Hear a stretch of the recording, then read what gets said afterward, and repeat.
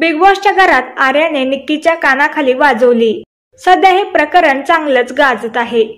यावर सध्या सोशल मीडियावर अनेक प्रतिक्रिया उमटत आहेत। आता अखेर निक्कीच्या आईने देखील घडलेल्या या घटनेवर आपली प्रतिक्रिया दिली आहे। त्यांनी आर्यावर राग व्यक्त केलाय।